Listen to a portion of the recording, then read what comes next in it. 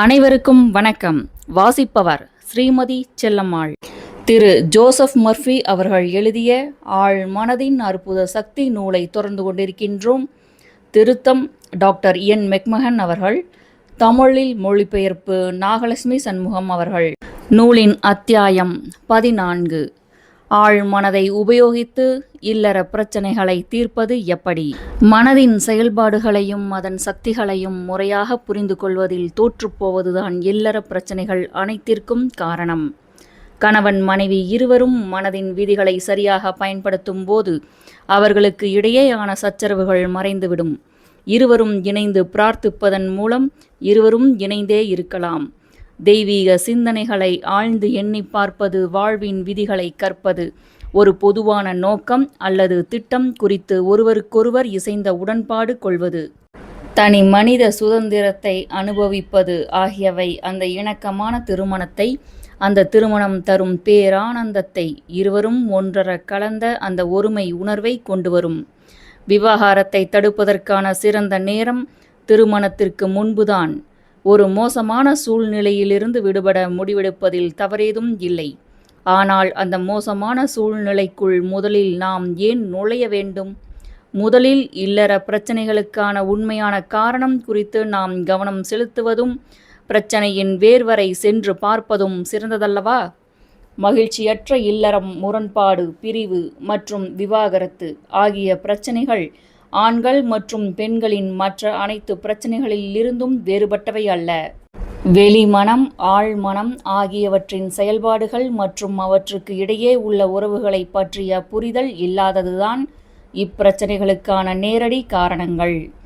திருமணம் என்பதன் பொருள் நியாயமானதாக இருக்க வேண்டும் என்றால் ஒரு திருமணம் ஆழ்ந்த ஆன்மீக அடிப்படையில் துவங்க வேண்டும். அது இதயம் சார்ந்ததாக இருக்க வேண்டும். இதயம்தான் அன்பின் கலசம். நேர்மை, உண்மை, அன்பு, நாணயம் ஆகிய அனைத்தும் அன்பின் அம்சங்கள். கணவனும் மனைவியும் ஒருவரோடு ஒருவர் முழு நேர்மையோடும் உண்மையோடும் இருக்க வேண்டும். ஓர் ஆண் ஒரு பெண்ணை திருமணம் செய்வது தன் பெருமையை உயர்த்தி கொள்வதற்காகவோ அல்லது அவளுடைய பணத்தையோ சமூகத்தில் அவளுக்குள்ள அந்தஸ்தையோ பங்கு போட்டு கொள்வதற்காகவோ இருந்தால் அது உண்மையான திருமணம் அல்ல. இது உண்மை, நேர்மை மற்றும் உண்மையான அன்பின் இல்லாமையை குறிக்கிறது. அத்தகைய திருமணம் போலியானது, மோசடியானது, நாடகத்தனமானது. ஒரு பெண், நான் வேலை பார்த்து களைத்து விட்டேன், எனக்கு பாதுகாப்பு தேவை, எனவே நான் திருமணம் செய்து கொள்ள விரும்புகிறேன் என்று கூறினாள். அவளுடைய அடிப்படையே தவறானது. மனதின் விதிகளை அவள் சரியாக பயன்படுத்தி கொண்டிருக்கவில்லை. அவளது பாதுகாப்பு, வெளிமனம் மற்றும் ஆழ் மனதிற்கு இடையேயான நடவடிக்கைகளையும் அவற்றின் நடைமுறைப்படுத்துதலையும் பற்றி அவள் கொண்டுள்ள அறிவை சார்ந்துள்ளது. இப்புத்தகத்தின் அத்தியாயங்களில் கூறப்பட்டுள்ள உத்திகளை ஒரு பெண் நடைமுறைப்படுத்தினால் அவளுக்கு செல்வத்திற்கும் ஆரோக்கியத்திற்கும் எந்த குறையும் இருக்காது. அவளுடைய செல்வம் அவளுக்கு அவள் கணவனிடமிருந்தோ பெற்றோரிடமிருந்தோ அல்லது வேறு எவரிடமிருந்தோ வரவேண்டும் என்பது இல்லை. அது அவளுக்கு எப்படி வேண்டுமானாலும் வரலாம். ஒரு பெண் தன் ஆரோக்கியம், சமாதானம், பெரும் மகிழ்ச்சி, உத்வேகம், வழிகாட்டல், அன்பு, செல்வம், பாதுகாப்பு, சந்தோஷம் அல்லது இவ்வுலகில் உள்ள எதற்கும் தன் கணவனை சார்ந்திருப்பது இல்லை. அவளுடைய பாதுகாப்பும் சமாதானமும் அவளுக்குள் இருக்கும் சக்திகளை பற்றிய அவளது அறிவில் இருந்தும் தன் சொந்த மனதின் விதிகளை ஆக்கப்பூர்வமான முறையில் தொடர்ந்து பயன்படுத்துவதிலிருந்தும் வருகின்றன. இது அப்படியே ஆணுக்கும் பொருந்தும். சகல விதத்திலும் பொருத்தமான கணவனை ஈர்ப்பது எப்படி? இதற்கு முந்தைய அத்தியாயங்களிலிருந்து உங்கள் ஆழ்மனம் எப்படி வேலை செய்கிறது என்பதை இப்பொழுது நன்றாக தெரிந்திருப்பீர்கள். ஆழ் மனதில் பதிவு செய்யப்படும் அனைத்தும் புற உலகில் அனுபவிக்கப்படும் என்பது உங்களுக்கு தெரியும். ஓர் ஆண் மகனிடத்தில் நீங்கள் விரும்பும் தன்மைகளையும் குணாதிசயங்களையும் உங்கள் ஆழ் மனதில் இப்போதே பதிக்க துவங்குங்கள். ஒரு சிறந்த உக்தி கீழே கொடுக்கப்பட்டுள்ளது. இரவில் உங்கள் சாய்வு நாற்காலியில் அமருங்கள். கண்களை மூடுங்கள். கவலையை விட்டொழியுங்கள். உடலை ஆசுவாசப்படுத்துங்கள். மிக அமைதியாகவும் அசைவற்றும் ஏற்புத்தன்மை கொண்டவராகவும் ஆகுங்கள். உங்கள் ஆழ் மனதிடம் பேசுங்கள். அதனிடம் இப்படி கூறுங்கள்: ஒரு நேர்மையான, உண்மையான, நம்பிக்கையான, விசுவாசமான, சாந்தமான, மகிழ்ச்சியான, செல்வ செழிப்பான ஆண்மகனை நான் இப்பொழுது ஈர்த்து கொண்டிருக்கிறேன். நான் மெச்சும் இத்தன்மைகள் என் ஆழ் மனதிற்குள் இப்போது ஆழ பதிந்து கொண்டிருக்கின்றன. நான் எப்போதும் இக்குணாதிசயங்களின் நினைவிலேயே இருப்பதால் அவை என்னில் ஒரு பகுதியாக மாறி என் ஆழ் மனதில் ஐக்கியமாகி விடுகின்றன. கவர்ந்திழுக்கும் ஈர்ப்பு விதி பற்றி நான் அறிவேன். என் ஆழ் மனதின் நம்பிக்கைக்கு ஏற்ப ஒரு ஆண்மகனை நான் என்னிடம் ஈர்க்கிறேன். என் ஆழ் மனதில் உண்மை என்று நான் எதை உணர்கிறேனோ அதையே நான் ஈர்க்கிறேன். என்னால் அவருடைய சமாதானத்திற்கும் சந்தோஷத்திற்கும் பங்களிக்க முடியும் என்று எனக்கு தெரியும். அவர் என்னுடைய உயர்ந்த சிந்தனைகளை நேசிக்கிறார். நான் அவருடைய உயர்ந்த சிந்தனைகளை நேசிக்கிறேன். அவர் என்னை முற்றிலுமாக மாற்ற விரும்பவில்லை. நானும் அவரை முற்றிலுமாக மாற்ற விரும்பவில்லை. அங்கு பரஸ்பர அன்பும் சுதந்திரமும் மரியாதையும் இருக்கின்றன. உங்கள் ஆழ் மனதை நிரப்பும் இச்செயல்முறையை தொடர்ந்து செய்து வாருங்கள். பிறகு நீங்கள் மனதார போற்றிய இத்தன்மைகளும் குணாதிசயங்களும் நிறைந்த ஓர் ஆணை ஈர்க்கும் மகிழ்ச்சியை பெறுவீர்கள். உங்கள் ஆழ்மனம் திறந்துவிடும். ஒரு பாதையின் வழியாக நீங்கள் இருவரும் சந்திப்பீர்கள். இது உங்கள் சொந்த ஆழ் மனதின் கவர்ந்திழுக்கும் மாற்றமில்லாத ஓட்டத்திற்கேற்ப நிகழும். உங்களுக்குள் இருக்கும் மிகச் சிறந்த அன்பையும் அர்ப்பணிப்பையும் ஒத்துழைப்பையும் வழங்குவதற்கு தீவிர விருப்பம் கொள்ளுங்கள்.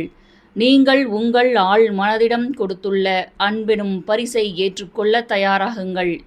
சகல விதத்திலும் பொருத்தமான மனைவியை ஈர்ப்பது எப்படி? சகல விதத்திலும் பொருத்தமான மனைவியை உங்களிடம் ஈர்ப்பதற்கு கீழ்க்கண்டவாறு சுய பிரகடனம் செய்யுங்கள்.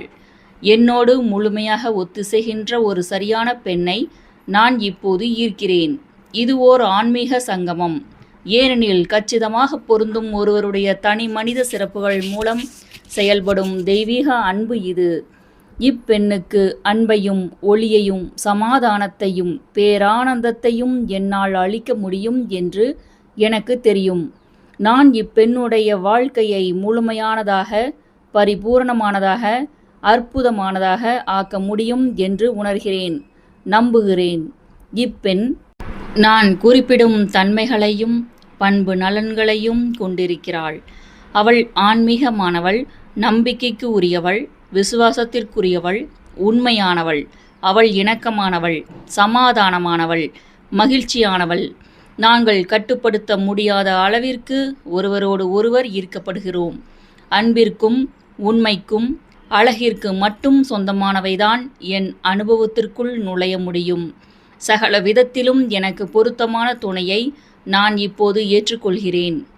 நீங்கள் தேடும் துணையில் நீங்கள் மெச்சும் தன்மைகளையும் பண்பு நலன்களையும் அமைதியாக ஆழ்ந்த அக்கறையோடு நீங்கள் சிந்திக்கும்போது அவற்றை ஒத்தவற்றை உங்கள் மனப்போக்கில் உருவாக்குவீர்கள்.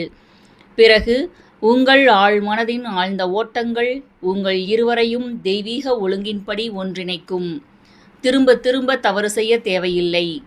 சமீபத்தில் பல வருடங்கள் நிர்வாகியாக அனுபவம் பெற்றிருந்த ஷீலா என்ற பெண் என்னிடம், நான் 2 முறை திருமணம் செய்துள்ளேன். என் 2 கணவர்களுமே செயலற்றவர்களாகவும் பணிந்து போகின்றவர்களாகவும் இருந்துள்ளனர். முடிவுகளை எடுப்பதற்கும் எல்லாவற்றையும் முறையாக கவனிப்பதற்கும் அவர்கள் என்னையே சார்ந்திருந்தனர். நான் ஏன் அப்படிப்பட்ட ஆண்களையே என் வாழ்க்கையில் ஈர்க்கிறேன் என்று கேட்டாள். 2வது முறையாக திருமணம் செய்து கொள்வதற்கு முன் அவளுக்கு கணவனாக வரப்போகிறவர் அவளது முதல் கணவரிடமிருந்த குணாதிசயங்களை ஒத்த பண்பு நலன்களை கொண்டிருந்தது அவளுக்கு தெரியுமா என்று நான் அவளிடம் கேட்டேன். நிச்சயமாக இல்லை. அவர் அப்படிப்பட்ட மனிதர் என்று எனக்கு தெரிந்திருந்தால் எனக்கும் அவருக்கும் இடையே எந்த சம்பந்தமும் இருந்திருக்காது. என் 2வது கணவருக்கும் இது பொருந்தும் என்று அழுத்தமாக கூறினாள். ஷீலாவின் பிரச்சனைகள் அவள் மணந்து கொண்ட ஆண்களிடம் இல்லை. அது அவளுடைய சொந்த ஆளுமையின் விளைவுதான். தான் ஈடுபட்டிருக்கும் ஒவ்வொரு சூழ்நிலையையும் தன் கட்டுப்பாட்டிற்குள் வைத்துக்கொள்ள வேண்டும் என்ற வலுவான தேவையுடன் கூடிய மிகவும் உறுதியான பெண் அவள். ஒரு நிலையில் தான் ஆதிக்கம் செலுத்தக்கூடிய செயலற்ற பணிந்து போகக்கூடிய ஒரு துணை அவளுக்கு தேவைப்பட்டது. அதே சமயத்தில் தனக்கு சமமான நிலையில் இருக்கக்கூடிய ஒரு துணை அவளது ஆழ்ந்த தேவையாக இருந்தது. அவள் உணர்வுபூர்வமாக வேண்டிய ஆண்மகனை அவளது ஆழ் மனதில் பதித்திருந்த படம் அவளிடம் ஈர்த்து வந்தது. ஆனால் அப்படிப்பட்ட ஒருவரை கண்டுகொண்ட பிறகு தன்னுடைய உண்மையான தேவைகளை அவரால் பூர்த்தி செய்ய முடியாது என்பதை கண்டறிந்தாள். சரியான பிரார்த்தனை முறையை கடைபிடிப்பதன் மூலம் இந்த அமைப்பை உடைத்தெறிய அவள் கற்றுக்கொள்ள வேண்டியிருந்தது. எதிர்மறை எண்ணப்போக்கை அவள் எப்படி உடைத்தெறிந்தாள்? இறுதியில் ஷீலா ஓர் எளிய உண்மையை கற்றுக்கொண்டாள். நீங்கள் உங்களுக்கேற்ற துணைவரை பெற முடியும் என்று நம்பினால் உங்கள் நம்பிக்கைக்கு ஏற்ற துணைவர் உங்களுக்கு கிடைப்பார்.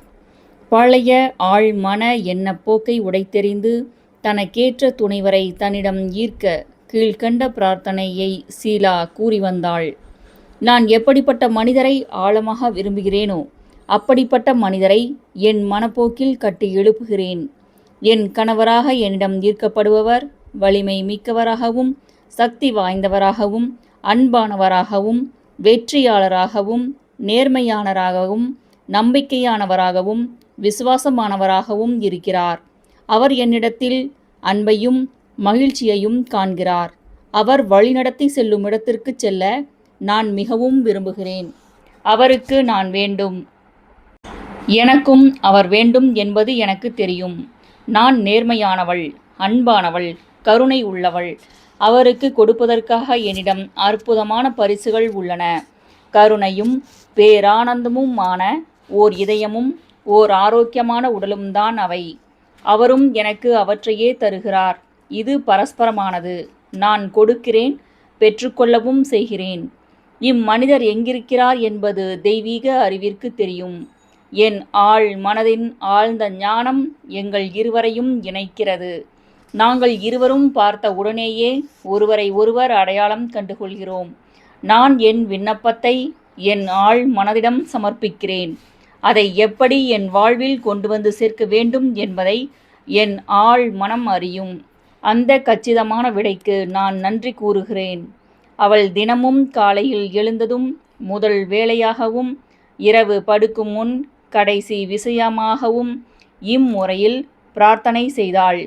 மனதை அடிக்கடி நிறைப்பதன் மூலம் தான் தேடியதற்கு இணையான மனப்போக்கை அடைய முடியும் என்ற உறுதியான அறிவுடன் அவள் இவ்வுண்மைகளை வலியுறுத்தி கூறினாள். அவளது பிரார்த்தனைக்கான விடை. பல மாதங்கள் கடந்தன. பல பொது நிகழ்ச்சிகளிலும் கலந்து கொண்டாள். ஆனால் அவள் சந்தித்த எந்த ஆணும் அவள் தேடியவர் இல்லை. தன் தேடல் வீணானதோ என்று வியக்கத் துவங்கினாள்.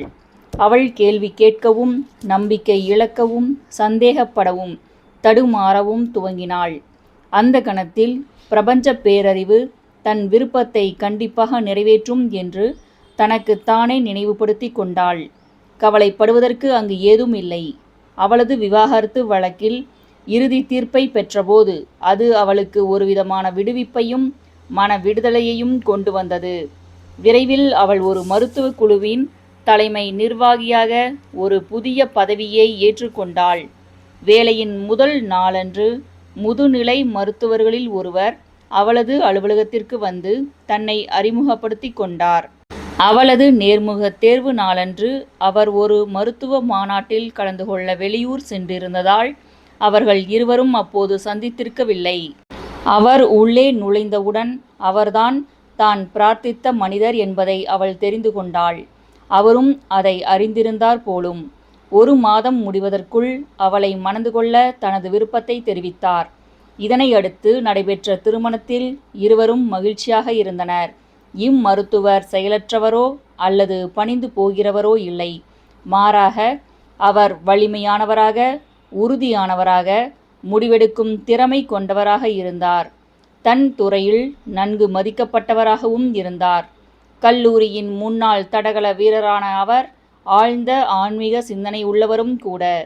ஷீலாவிற்கு தான் கேட்டது கிடைத்தது. ஏனெனில் இதற்கு மேல் கேட்பதற்கோ மன்றாடுவதற்கோ ஒன்றுமில்லை என்ற நிலை ஏற்படும் வரை தொடர்ந்து அதை அவள் மனதார வேண்டினாள். வேறு வார்த்தைகளில் கூறுவதானால் அவன் தன் எண்ணத்துடன் மனரீதியாகவும் உணர்ச்சி ரீதியாகவும் ஒருமித்திருந்தாள். அதன் காரணமாக அது அவளுடைய ஓர் அங்கமானது. நான் விவாகரத்து கோர வேண்டுமா? விவாகரத்து என்பது தனிநபர் தொடர்பான ஒரு விஷயம். அதனால் அதற்கு எல்லோருக்கும் பொருத்தமான ஒரு பொதுவான விடை இருக்க முடியாது. சிலருடைய விஷயத்தில் கண்டிப்பாக முதலில் அங்கு ஒரு திருமணமே நடந்திருக்க கூடாது. மற்றவர்களுடைய விஷயத்தில் விவாகரத்து ஒரு தீர்வல்ல. விவாகரத்து ஒருவருக்கு சரியானதாக இருக்கலாம், மற்றவருக்கு தவறானதாக இருக்கலாம். திருமண பந்தத்தில் இருந்து கொண்டு ஒரு பொய்யான வாழ்க்கை வாழ்பவர்களுடன் ஒப்பிடப்படும் போது விவாகரத்தான ஒருவர் அதிக உண்மையானவராக, மேன்மை பொருந்தியவராக தெரியலாம். ஒரு முறை ஒரு பெண் ஆலோசனை பெறுவதற்காக என்னிடம் வந்தாள். அவளுடைய கணவன் அவளை அடித்து துன்புறுத்தினான். அவனுடைய போதை பழக்கத்தை சமாளிக்க அவளிடமிருந்தே திருடினான். திருமணம் புனிதமானது, காலா காலத்திற்கும் நிலைத்திருப்பது. அதனால் விவாகரத்து ஒழுக்கமற்றது என்று நம்பும்படி அவள் வளர்க்கப்பட்டிருந்தாள். உண்மையான திருமணம் என்பது 2 இதயங்களின் சங்கமம் என்று நான் அவளுக்கு விளக்கினேன்.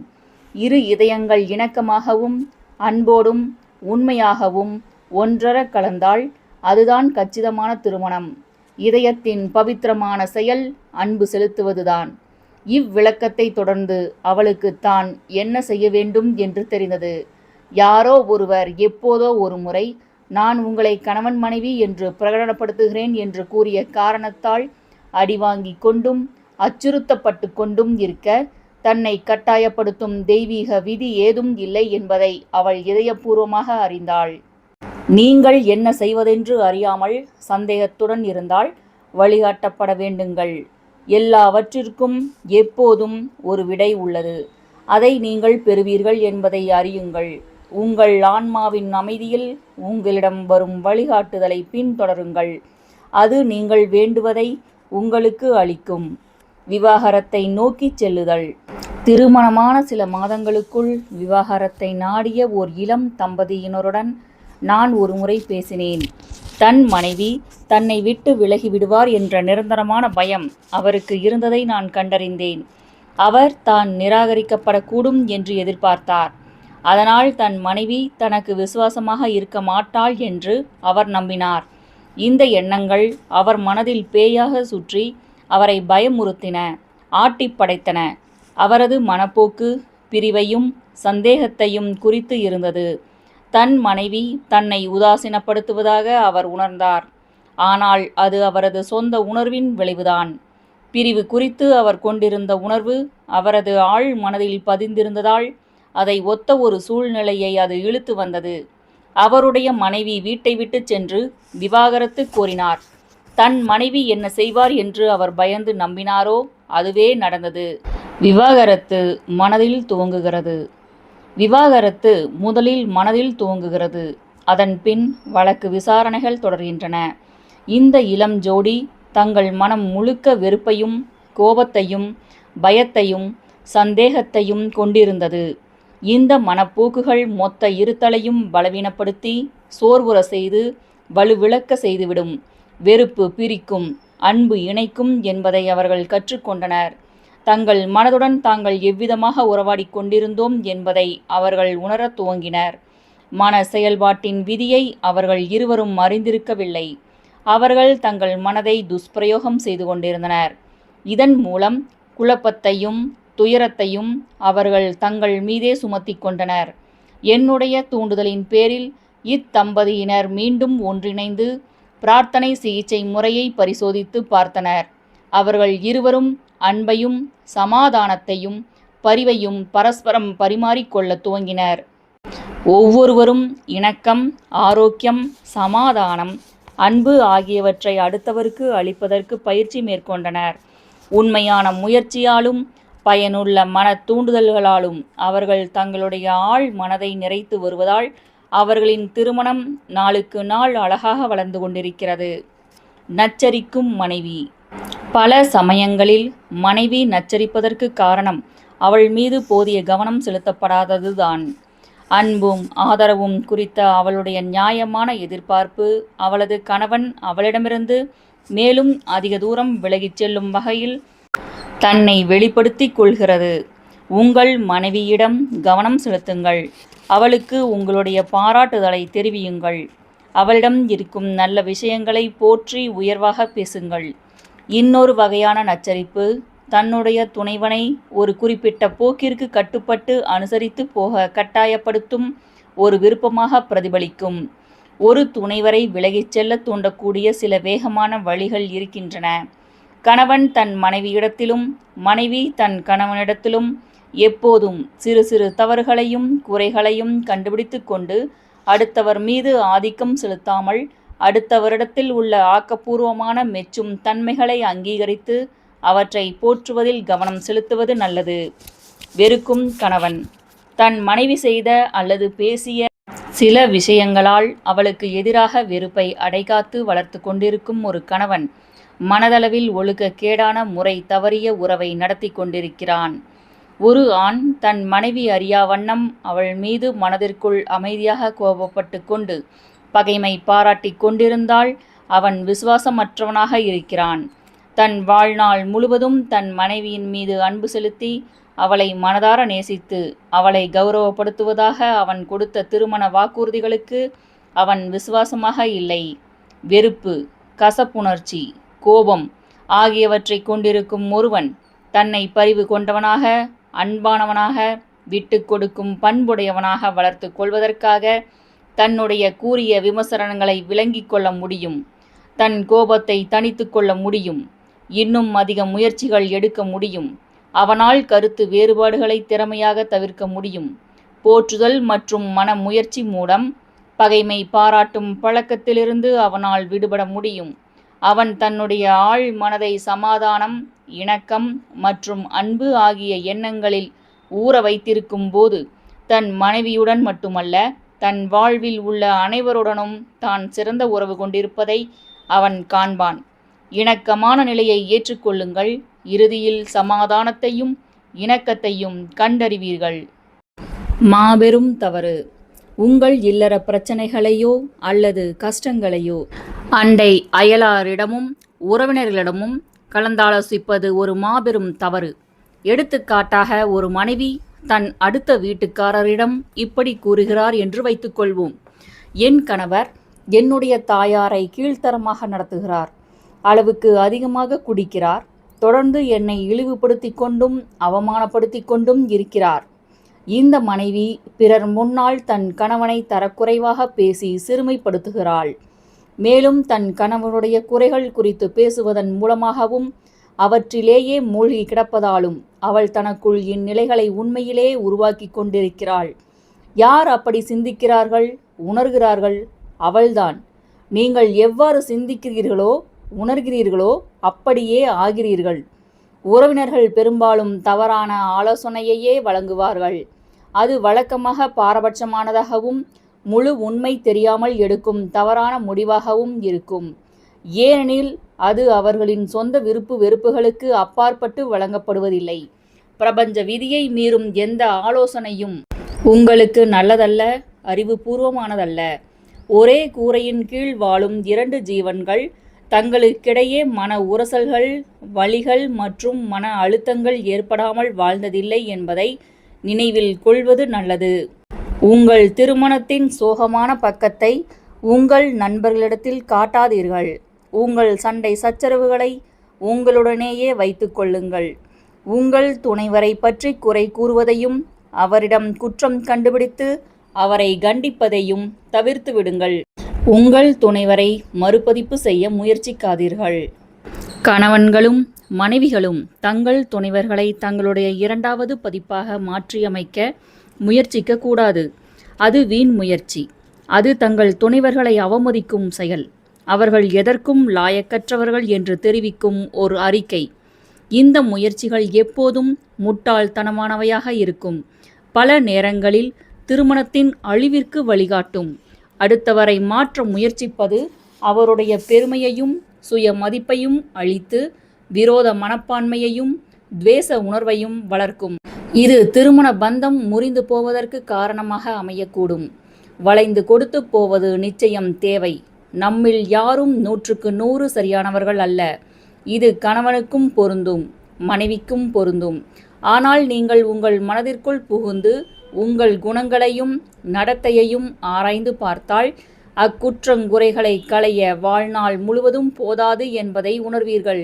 நான் எப்படி விரும்புகிறேனோ அப்படியே அவளை அல்லது அவனை மாற்றுவேன் என்று நீங்கள் சிந்தித்தால் பிரச்சனைகளையும் விவாகரத்து மன்றத்தையும் எதிர்பார்த்து கொண்டிருக்கிறீர்கள். துயரத்தை வேண்டுகிறீர்கள் என்று அர்த்தம். மாற்றப்பட வேண்டியவர்கள் வேறு யாரும் இல்லை, நீங்கள் உங்களைதான் மாற்றிக்கொள்ள வேண்டும் என்பதை மிகவும் கஷ்டப்பட்டு கற்றுக்கொள்ள வேண்டியிருக்கும். ஒன்றாய் பிரார்த்தித்து ஒன்றிணைந்து வாழுங்கள். முதல் படி, ஒரு நாளில் ஏற்படும் சிறு சிறு ஏமாற்றங்களிலிருந்து எழும் எரிச்சல்கள் அனைத்தையும் அடுத்த நாளுக்கு கொண்டு செல்லாதீர்கள். இரவு படுக்கைக்கு செல்லும் முன் அடுத்தவரை நோக்கி ஏவப்பட்ட கடுஞ்சொற்களுக்காக ஒருவரை ஒருவர் மன்னித்து விடுவதில் உறுதியாக இருங்கள். காலையில் கண் விழித்தவுடன் பிரபஞ்ச பேரறிவு உங்களை செம்மையாக வழிநடத்துகிறது என்று சுய பிரகடனம் செய்யுங்கள். அமைதி, இணக்கம் மற்றும் அன்பு குறித்த அன்பான எண்ணங்களை உங்கள் வாழ்க்கை துணைவருக்கும் உங்கள் குடும்பத்தார் அனைவருக்கும் உலகம் முழுவதற்கும் அனுப்புங்கள். இரண்டாவது படி, காலை உணவின் போது கடவுளுக்கு நன்றி கூறுங்கள்.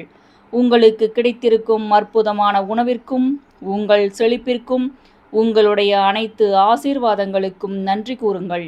எந்தவிதமான பிரச்சனைகளும் கவலைகளும் விவாதங்களும் உங்கள் உணவு மேஜைக்குள் நுழையாமல் பார்த்து கொள்ளுங்கள். இரவு உணவுக்கும் இது பொருந்தும். உங்கள் மனைவியிடமோ அல்லது கணவனிடமோ நீங்கள் செய்யும் அனைத்தையும் நான் பாராட்டுகிறேன். நாள் முழுவதும் நான் அன்பையும் பரிவையும் உங்களுக்கு அனுப்புகிறேன் என்று கூறுங்கள். மூன்றாம் படி, கணவனும் மனைவியும் ஒவ்வொரு இரவும் மாற்றி மாற்றி பிரார்த்தனை செய்யுங்கள். உங்கள் வாழ்க்கை துணைவரை உதாசீனப்படுத்தாதீர்கள். உங்கள் பாராட்டுதலையும் அன்பையும் அவரிடத்தில் காட்டுங்கள்.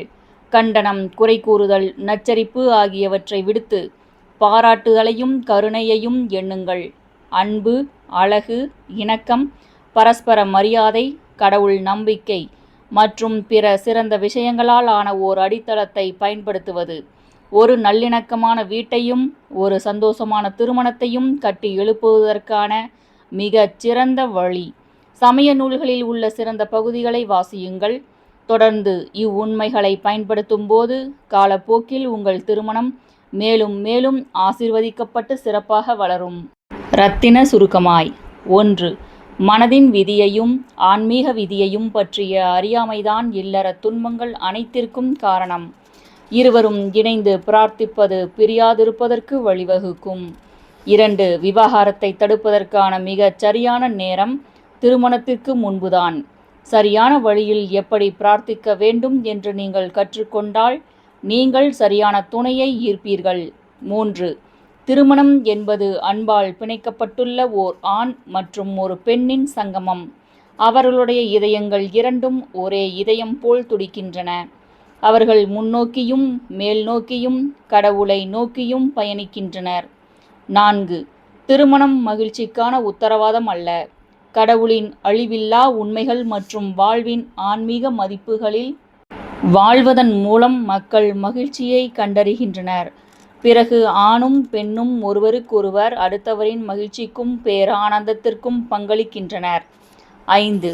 ஓர் ஆண் அல்லது பெண்ணிடம் நீங்கள் எதிர்பார்க்கும் தன்மைகளையும் பண்பு நலன்களையும் குறித்து என் நேரமும் சிந்தித்து கொண்டே இருப்பதன் மூலம் அவற்றை கொண்டுள்ள சரியான துணையை நீங்கள் ஈர்ப்பீர்கள். பிறகு உங்கள் ஆழ்மனம் உங்கள் இருவரையும் தெய்வீக ஒழுங்கின்படி ஒன்றிணைக்கும். 6. நீங்கள் தேடும் வாழ்க்கை துணையில் எவையெல்லாம் இருக்க வேண்டும் என்று நீங்கள் விரும்புகிறீர்களோ அவற்றை ஒத்தவற்றை உங்கள் மனப்போக்கில் உருவாக்க வேண்டும். நீங்கள் நேர்மையான, உண்மையான, அன்பான வாழ்க்கை துணைவரை விரும்பினால் நீங்கள் நேர்மையானவராகவும் உண்மையானவராகவும் அன்பானவராகவும் இருக்க வேண்டும். 7. நீங்கள் திருமணத்தில் தொடர்ந்து தவறு செய்ய வேண்டியதில்லை. நீங்கள் விரும்பும்படியான ஆணையோ பெண்ணையோ நீங்கள் பெற முடியும் என்று உண்மையிலேயே நம்பும்போது உங்கள் நம்பிக்கைக்கு ஏற்றவாறு நடக்கும். நம்புவது என்பது ஏதோ ஒன்றை உண்மை என்று ஏற்றுக்கொள்வது. உங்களுக்கு ஏற்ற துணைவரை இப்போதே நீங்கள் மனதளவில் ஏற்றுக்கொள்ளுங்கள். 8. நீங்கள் பிரார்த்தித்து கொண்டிருக்கும் துணைவரை எப்படி, ஏன் எங்கே சந்திப்பீர்கள் என்று வியந்து கொண்டிருக்காதீர்கள். உங்கள் ஆழ் மனதின் ஞானத்தில் முழு நம்பிக்கை கொள்ளுங்கள். தன்னுடைய திட்டத்தை எப்படி நிறைவேற்றுவது என்பது அதற்கு தெரியும். உங்கள் உதவி அதற்கு தேவையில்லை. 9. நீங்கள் உங்கள் வாழ்க்கை துணையை பற்றி குறை கூறிக்கொண்டு அவரிடத்தில் வன்மத்தோடும் பகைமையோடும் வெறுப்போடும் நடந்து கொள்ளும்போது நீங்கள் மனதளவில் விவாகரத்தாகி விட்டீர்கள். உங்கள் மனதில் பிழையோடு குடித்தனம் செய்கிறீர்கள். நான் என் வாழ்நாள் முழுவதும் அவரிடம் அன்பு செலுத்தி அவரை மனதார நேசித்து அவரை கௌரவப்படுத்துவேன் என்று வாக்குறுதி அளிக்கிறேன் என்ற உங்கள் திருமண வாக்குறுதியை கடைபிடியுங்கள். 10. உங்கள் வாழ்க்கை துணையின் மீது பயம் குறித்த எண்ணங்களை செலுத்தாதீர்கள். நீங்கள் அன்பான, சமாதானமான, இணக்கமான, கருணை நிறைந்த எண்ணங்களை அனுப்பும்போது உங்கள் திருமணம் காலப்போக்கில் மேலும் மேலும் அழகாகவும் அற்புதமாகவும் வளரும். 11. ஒருவருக்கொருவர் மற்றவரிடத்தில் அன்பையும் சமாதானத்தையும் கருணையையும் வெளிப்படுத்துங்கள். இந்த அதிர்வுகள் ஆழ் மனதால் எடுத்துக்கொள்ளப்பட்டு பரஸ்பர நம்பிக்கை, பாசம், மரியாதை ஆகியவற்றை விளைவிக்கும். 12. நச்சரிக்கும் ஒரு துணை கவனத்தையும் பாராட்டையும் விரும்புகிறது. அது அன்புக்காகவும் பாசத்திற்காகவும் இயங்குகிறது. அவர்களிடம் இருக்கும் நல்ல விஷயங்களை பாராட்டி அவர்களை உயர்த்தி பேசுங்கள். அவர்களை நீங்கள் நேசிக்கிறீர்கள், பாராட்டுகிறீர்கள் என்பதை காட்டுங்கள். 13. ஒருவரை ஒருவர் விரும்பும் வாழ்க்கை துணைவர்கள் வார்த்தைகளாலோ நடத்தையாலோ செயலாலோ அன்பற்ற அல்லது கருணையற்ற எதையும் அடுத்தவருக்கு செய்ய மாட்டார்கள். அன்பு அன்பை மட்டுமே வழங்கும். 14. இல்லற பிரச்சனைகளில் எப்போதும் ஒரு வல்லுனரின் ஆலோசனையை நாடுங்கள். நீங்கள் ஒரு பல்லை பிடுங்குவதற்கு ஒரு தச்சு தொழிலாளியிடம் செல்ல மாட்டீர்கள். அதேபோல் உங்களுடைய இல்லற பிரச்சனைகளை பற்றி உங்கள் உறவினர்களிடத்திலோ அல்லது நண்பர்களிடத்திலோ பேசாதீர்கள். உங்களுக்கு ஆலோசனை தேவைப்பட்டால் பயிற்சி பெற்ற ஒருவரிடம் செல்லுங்கள். 15. உங்கள் மனைவியையோ அல்லது கணவனையோ முற்றிலுமாக மாற்ற முயற்சிக்காதீர்கள். இந்த முயற்சிகள் எப்போதும் முட்டாள்தனமானவையாகவே இருக்கும். அடுத்தவரை மாற்ற முயற்சிப்பது அவருடைய பெருமையையும் சுய மதிப்பையும் அழித்து விரோத மனப்பான்மையையும் துவேஷ உணர்வையும் வளர்க்கும். இது திருமண பந்தம் முறிந்து போவதற்கு காரணமாக கூட அமையக்கூடும். அடுத்தவரை உங்களின் மறுபதிப்பாக ஆக்க முயற்சிப்பதை நிறுத்துங்கள். 16. சேர்ந்து பிரார்த்தனை செய்யுங்கள். அப்போது நீங்கள் சேர்ந்தே இருப்பீர்கள். அறிவியல் பூர்வமான பிரார்த்தனை அனைத்து பிரச்சனைகளையும் தீர்க்கும். உங்கள் மனைவி எப்படியெல்லாம் இருக்க வேண்டுமோ, பேரானந்தமாக, மகிழ்ச்சியாக, ஆரோக்கியமாக, அழகாக, அப்படிப்பட்ட படத்தை உங்கள் மனதில் உருவகப்படுத்துங்கள்.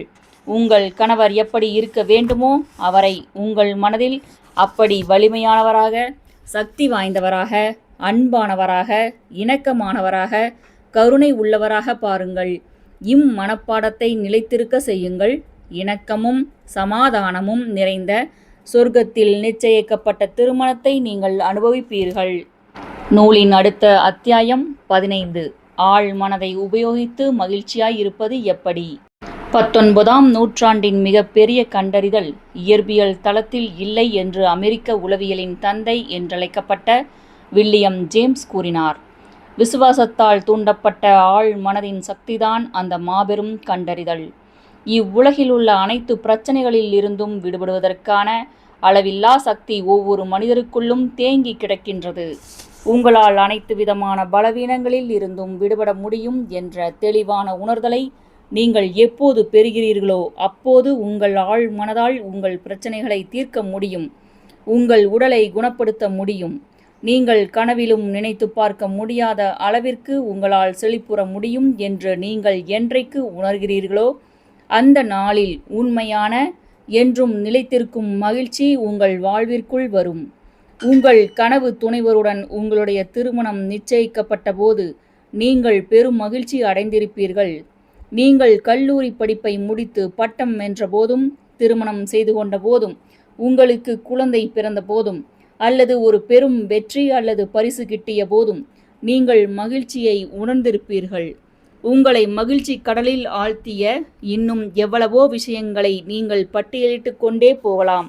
ஆனாலும் இந்த அனுபவங்கள் அனைத்தும் எவ்வளவு அற்புதமானவையாக இருந்திருந்தாலும் அவை உண்மையான நீடித்த மகிழ்ச்சியை தருவதில்லை. அவையெல்லாம் சில காலமே நிலைத்திருக்கும். பைபிளின் தி புக் ஆஃப் ப்ராவர்ப்ஸ் இதற்கான விடையை அளிக்கிறது. கர்த்தரை நம்புகிறவன் பாக்கியவான். நீங்கள் உங்களை எல்லா வழிகளிலும் முன்னடத்தி செல்லவும், வழிகாட்டவும், கட்டுப்படுத்தி முறைப்படுத்தவும், இயக்கவும் கடவுள் மீது நம்பிக்கை வைக்கும்போது உங்கள் ஆழ்மனதின் சக்தி மற்றும் ஞானத்தின் மீது நீங்கள் சமநிலை கொண்டவராகவும், அமைதியானவராகவும், ஓய்வான மனநிலை உடையவராகவும் ஆவீர்கள். நீங்கள் அனைவரிடத்திலும் அன்பையும் சமாதானத்தையும் பரிவையும் வெளிப்படுத்தும் போது உங்கள் வாழ்வின் இனிவரும் எல்லா நாட்களுக்கும் ஒரு பிரம்மாண்டமான மகிழ்ச்சி கட்டமைப்பை உண்மையிலேயே கட்டி எழுப்புவீர்கள். நீங்கள் மகிழ்ச்சியை தேர்ந்தெடுக்க வேண்டும். மகிழ்ச்சி என்பது மனதின் ஒரு நிலை. மகிழ்ச்சியை தேர்ந்தெடுப்பதற்கான சுதந்திரம் உங்களிடம் உள்ளது. இது மிக மிக எளிமையான ஒன்றாக தோன்றக்கூடும். அது உண்மைதான். ஒருவேளை இதனால்தான் மக்கள் மகிழ்ச்சிக்கான பாதையில் செல்லும்போது தடுமாறுகின்றனர் போலும். மகிழ்ச்சிக்கான பாதை எவ்வளவு எளிமையானது என்பதை அவர்கள் பார்க்க தவறிவிடுகின்றனர். வாழ்வின் மாபெரும் விஷயங்கள் அனைத்தும் எளிமையானவை, ஆற்றல் வாய்ந்தவை, படைப்பாற்றல் மிக்கவை. அவை நலத்தையும் மகிழ்ச்சியையும் உருவாக்குகின்றன. ஆற்றல் வாய்ந்த சக்தியும் மகிழ்ச்சியும் நிறைந்த வாழ்க்கையை உங்கள் சிந்தனை மூலம் உருவாக்குவது எப்படி என்பதை புனிதர் பால் இவ்வார்த்தைகளில் உங்களுக்கு வெளிப்படுத்துகிறார். கடைசியாக சகோதரரே, உண்மை உள்ளவைகள் எவைகளோ, ஒழுக்கம் உள்ளவைகள் எவைகளோ, நீதி உள்ளவைகள் எவைகளோ, கற்புள்ளவைகள் எவைகளோ, அன்புள்ளவைகள் எவைகளோ, நற்கீர்த்தி உள்ளவைகள் எவைகளோ, புண்ணியம் எதுவோ, புகழ் எதுவோ, அவைகளையே சிந்தித்து கொண்டிருங்கள். மகிழ்ச்சியை தேர்ந்தெடுப்பது எப்படி? இப்போதே மகிழ்ச்சியை தேர்ந்தெடுக்க துவங்குங்கள். காலையில் கண் விழித்தவுடன் இவ்வாறு கூறுங்கள்: இன்றும் என்றும் தெய்வீக ஒழுங்கு என் வாழ்வை இயக்குகிறது. இன்று அனைத்தும் என் நன்மைக்காக இணைந்து செயலாற்றுகின்றன. எனக்கு இன்று ஒரு புதிய அற்புதமான நாள். நாள் முழுவதும் நான் தெய்வீகமாக வழிநடத்தப்படுகிறேன். நான் மேற்கொள்ளும் அனைத்தும் செழிப்புறும். தெய்வீக அன்பு என்னை சூழ்ந்துள்ளது, என்னை கட்டி தழுவுகிறது. நான் அமைதியின் வழியில் செல்கிறேன். நல்ல ஆக்கப்பூர்வமான விஷயங்களில் இருந்து என் கவனம் திசை மாறும்போது நான் உடனே அதை திசைப்படுத்தி நல்ல அன்பான விஷயங்களை ஆழ்ந்து சிந்திக்க துவங்குவேன். நான் என்னை ஆசிர்வதிக்கும், செழிப்புற செய்யும் அனைத்து விஷயங்களையும் என் வசம் ஈர்க்கும் ஓர் ஆன்மீக ரீதியான மன ரீதியான காந்தம். இன்று நான் மேற்கொள்ளும் எல்லாவற்றிலும் நான் வெற்றி பெறுகிறேன். நான் நாள் முழுவதும் நிச்சயமாக மகிழ்ச்சியாக இருக்கப் போகிறேன். ஒவ்வொரு நாளையும் இப்படி துவங்குங்கள். அப்போது நீங்கள் மகிழ்ச்சியை தேர்ந்தெடுப்பீர்கள். ஓர் ஒளிமிக்க பேரானந்தமான மனிதர் ஆவீர்கள். மகிழ்ச்சியாக இருப்பதை அவர் ஒரு பழக்கமாக்கி கொண்டார். பல வருடங்களுக்கு முன் அயர்லாந்தின் மேற்கு கடற்கரையில் உள்ள கேனமரா என்ற இடத்தில் ஒரு விவசாயியின் வீட்டில் ஒரு வாரம் தங்கியிருந்தேன். எனக்கு விருந்தளித்தவர் எப்போதும் பாடிக்கொண்டும் விசிலடித்து கொண்டும் இருந்தார். நல்ல நகைச்சுவை உணர்வு நிரம்பியவராக இருந்தார். அவரது மகிழ்ச்சிக்கான ரகசியத்தை நான் அவரிடம் கேட்டேன். நிச்சயமாக அது எனக்கு ஒரு பழக்கமாகிவிட்டது. தினந்தோறும் காலையில் நான் எழுந்தவுடனும் இரவு படுக்க செல்வதற்கு முன்னும் நான் என் குடும்பத்தையும் பயிர்களையும் கால்நடைகளையும் ஆசீர்வதிக்கிறேன். அற்புதமான அறுவடைக்காக நான் இறைவனுக்கு நன்றி கூறுகிறேன் என்று அவர் பதிலளித்தார். 40 வருடங்களுக்கும் மேலாக இந்த விவசாயி இதை ஒரு பழக்கமாக மேற்கொண்டு வந்திருக்கிறார். தொடர்ந்து ஒழுங்காக, முறையாக, மீண்டும் மீண்டும் எண்ணப்படும் எண்ணங்கள் ஆழ் மனதிற்குள் ஆழ புதைந்து வழக்கமாகி விடுகின்றன. மகிழ்ச்சி என்பது ஒரு பழக்கம் என்பதை அவர் கண்டறிந்தார். மகிழ்ச்சியாக இருப்பதை நீங்கள் விரும்ப வேண்டும். மகிழ்ச்சியாக இருப்பது குறித்து ஒரு முக்கியமான விஷயத்தை நீங்கள் நினைவில் கொள்ள வேண்டும். உண்மையிலேயே மகிழ்ச்சியாக இருக்க நீங்கள் விரும்ப வேண்டும். நீண்ட நாட்களாக மன சோர்வடைந்து நொந்து போய் மகிழ்ச்சியற்று இருப்பவர்கள் திடீரென்று ஏதோ ஓர் அற்புதமான நல்ல பேரானந்தமான செய்தியை கேள்விப்பட்டு தங்கள் இயல்பையும் மீறி மகிழ்ச்சி அடைந்தால் மகிழ்ச்சியாக இருப்பது தவறு என்பது போல நடந்து கொள்வர். அவர்கள் தங்களுடைய பழைய மனப்பாங்கிற்கு மிகவும் பழக்கப்பட்டு விட்டதால் மகிழ்ச்சியாக இருப்பதற்கு சிரமப்படுவர். தங்களுக்கு பரிச்சயமான சோர்வான மகிழ்ச்சியற்ற நிலைக்கு மீண்டும் திரும்பி செல்வதற்கு ஏங்குவர். இங்கிலாந்தில் எனக்கு தெரிந்த ஒரு வயதான பெண்மணி பல வருடங்களாக கீழ்வாதத்தால் அவதியுற்று கொண்டிருந்தார். அவர் தன்னுடைய முழங்காலை தட்டி கொடுத்து, என் கீழ்வாதம் இன்று மோசமாக உள்ளது. என்னால் வெளியே செல்ல முடியாது. இந்த வாதம் என்னை கஷ்டமான சூழ்நிலையில் வைத்துள்ளது என்று கூறுவார். அவரது இந்த நிலையால் அவருக்கு அவருடைய மகன், மகள் மற்றும் அண்டை வீட்டாரிடமிருந்து நல்ல கவனிப்பு கிடைத்தது. இதன் காரணமாக அவர் தன்னுடைய கீழ்வாதத்தை மிகவும் விரும்பினார். தன்னுடைய கஷ்டத்தை மகிழ்ச்சியுடன் அனுபவித்தார். அவருடைய ஆழ் மனநிலையில் அவர் உண்மையிலேயே மகிழ்ச்சியாக இருக்க விரும்பவில்லை. நான் ஒரு சிகிச்சை முறையை அவருக்கு எடுத்துரைத்தேன். பைபிளில் உள்ள சில பாடல் வரிகளை எழுதி அவரிடம் கொடுத்து, அவர் இந்த உண்மைகள் மீது கவனம் செலுத்தினால் அவரது மனப்போக்கு சந்தேகத்திற்கு இடமின்றி மாறும் என்று அவரிடம் கூறினேன். விசுவாசமும் உறுதியான நம்பிக்கையும் அவரை மீண்டும் ஆரோக்கியமானவராக ஆக்கியிருக்கும். ஆனால் அவருக்கு அதில் ஆர்வமில்லை. பலரையும் போல அவர் ஒரு வினோதமான மனநோய்க்கு ஆளாகி இருந்தார். தன் அவலமான மகிழ்ச்சியற்ற நிலையை அவர் மிகவும் ரசித்து அனுபவித்தார். அல்லது குறைந்தபட்சம் அவரது நிலைமை அவருக்கு கொண்டு வந்த பலன்களை அவர் விரும்பினார். மகிழ்வற்ற நிலையை ஏன் தேர்ந்தெடுக்க வேண்டும்? தாங்கள் மகிழ்வற்ற நிலையை தேர்ந்தெடுக்கிறோம் என்பதை உணராமலேயே பலரும் அதை தேர்ந்தெடுக்கின்றனர். கீழே கொடுக்கப்பட்டுள்ள சில எண்ணங்களை தங்கள் மனதில் ஊக்குவிப்பதன் மூலம் அவர்கள் தங்களை துன்பத்திற்கு ஆளாக்கிக் கொள்கின்றனர். 1. இன்று ஒரு மோசமான நாள். 2. நான் வெற்றி பெறப் போவதில்லை. 3. எல்லோரும் எனக்கு எதிராக உள்ளனர். 4. வியாபாரம் மோசமாக இருக்கிறது. அது மேலும் மோசமடையப் போகிறது. 5. நான் எப்போதுமே தாமதமாக போகிறேன். 6. எனக்கு எப்போதுமே சரியான வாய்ப்பு கிடைப்பதில்லை. 7. அவனால் முடியும், ஆனால் என்னால் முடியாது. காலையில் எழுந்தவுடன் முதல் வேலையாக நீங்கள் இத்தகைய மனப்போக்கை கொண்டிருந்தால் நீங்கள் இந்த அனைத்தையும் உங்கள் அனுபவத்தில் ஈர்ப்பீர்கள். மிகுந்த வருத்தத்துடன் இருப்பீர்கள். நீங்கள் வாழும் இவ்வுலகம் உங்கள் மனதில் ஓடிக்கொண்டிருப்பவற்றால் தான் பெருமளவில் தீர்மானிக்கப்படுகிறது என்பதை உணருங்கள். ஒரு மனிதனுடைய வாழ்க்கை அவனது எண்ணங்களால் உருவாக்கப்படுகிறது என்று மாபெரும் ரோமானிய தத்துவ இயலாளரும் ஞானியுமான மார்க்ஸ் ஆரிலியஸ் கூறினார். 19வது நூற்றாண்டை சேர்ந்த அமெரிக்காவின் தலை சிறந்த தத்துவவியலாளர் ரால்ஃப் வால்டோ எமர்சன், ஒரு மனிதன் நாள் முழுவதும் எதை சிந்தித்துக் கொண்டிருக்கிறானோ அதுவாகவே ஆகிறான் என்று கூறினார். நீங்கள் உங்கள் மனதில் வழக்கமாக ஊக்குவிக்கும் எண்ணங்கள் நிஜ உலகில் உருவாகும் சக்தி கொண்டவை. எதிர்மறையான எண்ணங்கள், தோல்வி சார்ந்த எண்ணங்கள் அல்லது கருணையற்ற, மனதை சோர்வுற செய்யும் எண்ணங்கள் ஆகியவற்றில் எப்போதும் பங்கு கொள்வதில்லை என்பதில் உறுதியாக இருங்கள். நீங்கள் உங்கள் மனப்போக்கிற்கு வெளியில் உள்ள எதையும் அனுபவிக்க முடியாது என்பதை உங்கள் மனதிற்கு மீண்டும் மீண்டும் நினைவுபடுத்துங்கள். என்னிடம் $10 லட்சம் இருந்தால் நான் மகிழ்ச்சியாக இருப்பேன். செல்வம் தானாகவே உங்களை மகிழ்ச்சிப்படுத்தாது. மாறாக அது மகிழ்ச்சியை தடுக்கக்கூடியதும் அல்ல. பலரும் இன்று அதிநவீன தொலைக்காட்சி, சொகுசான கார், விலை உயர்ந்த உடைகள், பண்ணை வீடு போன்ற பொருட்களை வாங்குவதன் மூலம் மகிழ்ச்சியை வாங்க முயன்று கொண்டிருக்கின்றனர். ஆனால் மகிழ்ச்சியை அப்படி கொள்முதல் செய்ய முடியாது. மகிழ்ச்சியின் ராஜாங்கம் உங்கள் எண்ணத்திலும் உணர்விலும் இருக்கிறது.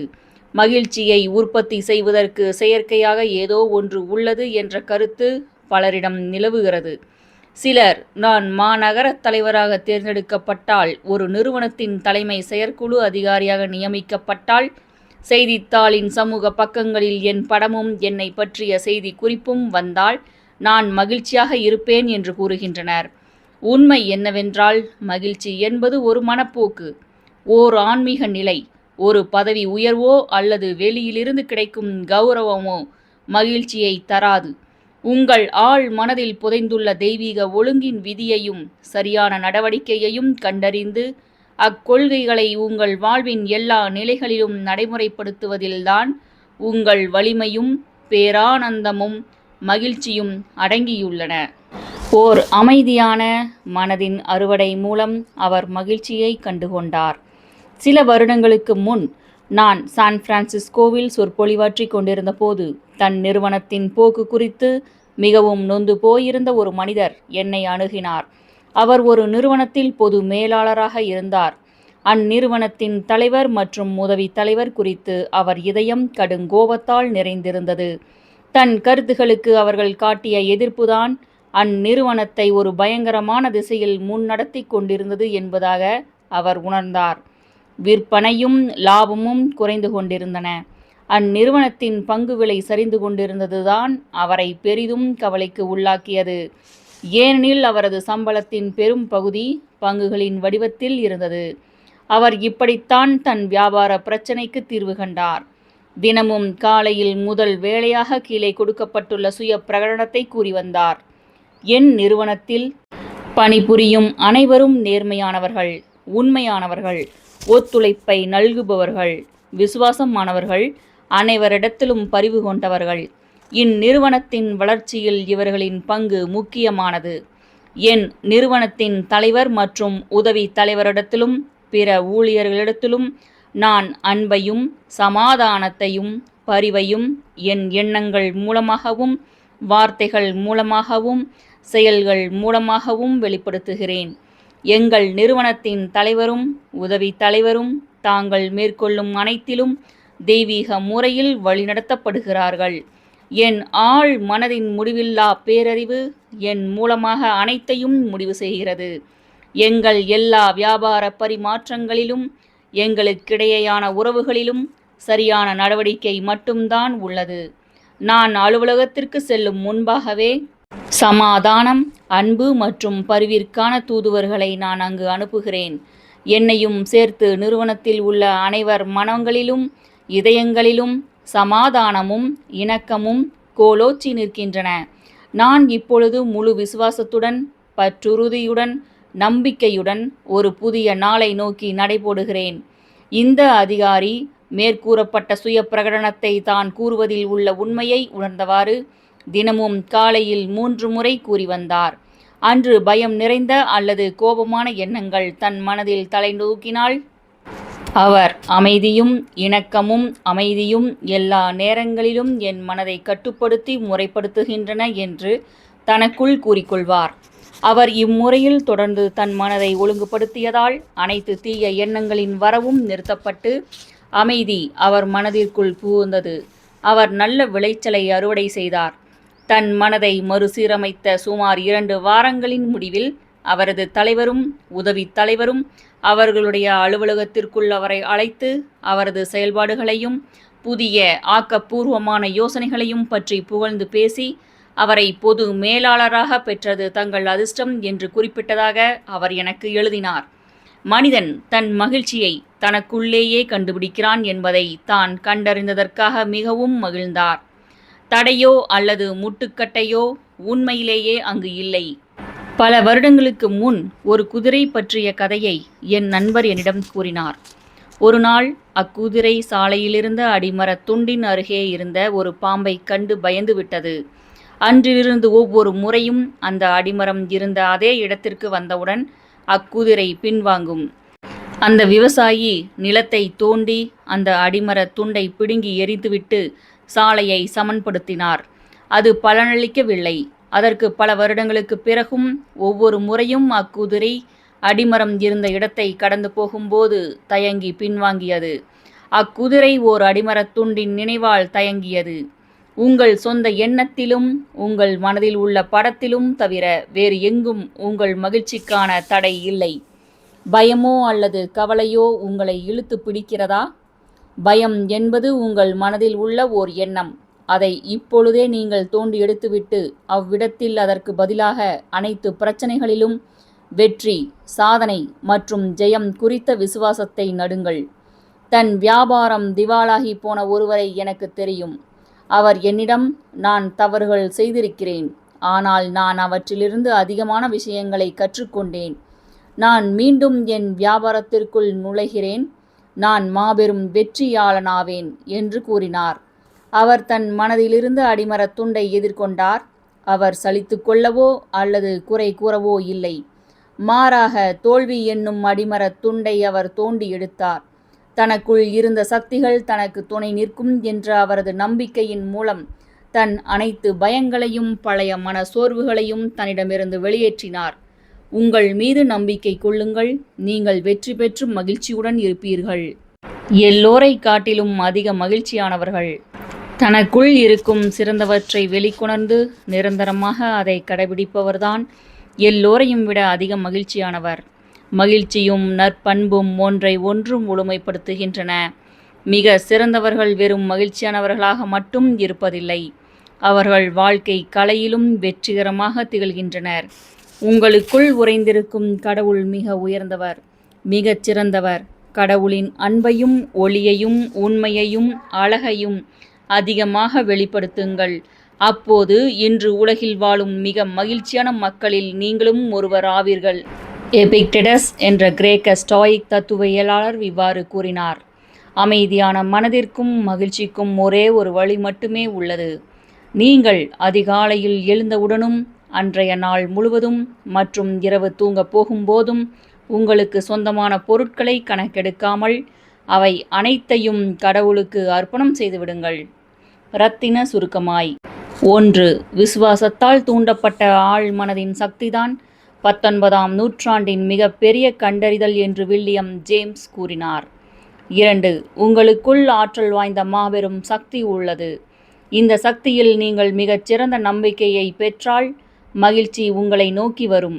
பிறகு நீங்கள் உங்கள் கனவுகளை மெய்ப்படுத்துவீர்கள். 3. எந்த தோல்வியில் இருந்தும் உங்களால் வெற்றிகரமாக மேலெழுந்து வந்து உங்கள் ஆழ் மனதின் அற்புதமான சக்தியின் மூலம் உங்கள் இதயத்தின் இதமான விருப்பங்களை நிறைவேற்ற முடியும். 4. நீங்கள் மகிழ்ச்சியை தேர்ந்தெடுக்க வேண்டும். மகிழ்ச்சி என்பது ஒரு பழக்கம், அடிக்கடி சிந்திக்க வேண்டிய ஒரு நல்ல பழக்கம் அது. 5. காலையில் கண் விழித்தவுடன் உங்களுக்கு நீங்களே இப்படி சொல்லுங்கள்: நான் இன்று மகிழ்ச்சியை தேர்ந்தெடுக்கிறேன். நான் இன்று வெற்றியை தேர்ந்தெடுக்கிறேன். நான் சரியான செயலை தேர்ந்தெடுக்கிறேன். நான் அன்பையும் பரிவையும் தேர்ந்தெடுக்கிறேன். நான் சமாதானத்தை தேர்ந்தெடுக்கிறேன். இந்த சுய பிரகடனத்தை அன்போடும் ஜீவனோடும் ஆர்வத்தோடும் கூறுங்கள். அப்போது நீங்கள் மகிழ்ச்சியை தேர்ந்தெடுப்பீர்கள். 6. உங்களுக்கு கிடைத்துள்ள அனைத்து ஆசீர்வாதங்களுக்காக ஒரு நாளில் பல முறை நன்றி கூறுங்கள்.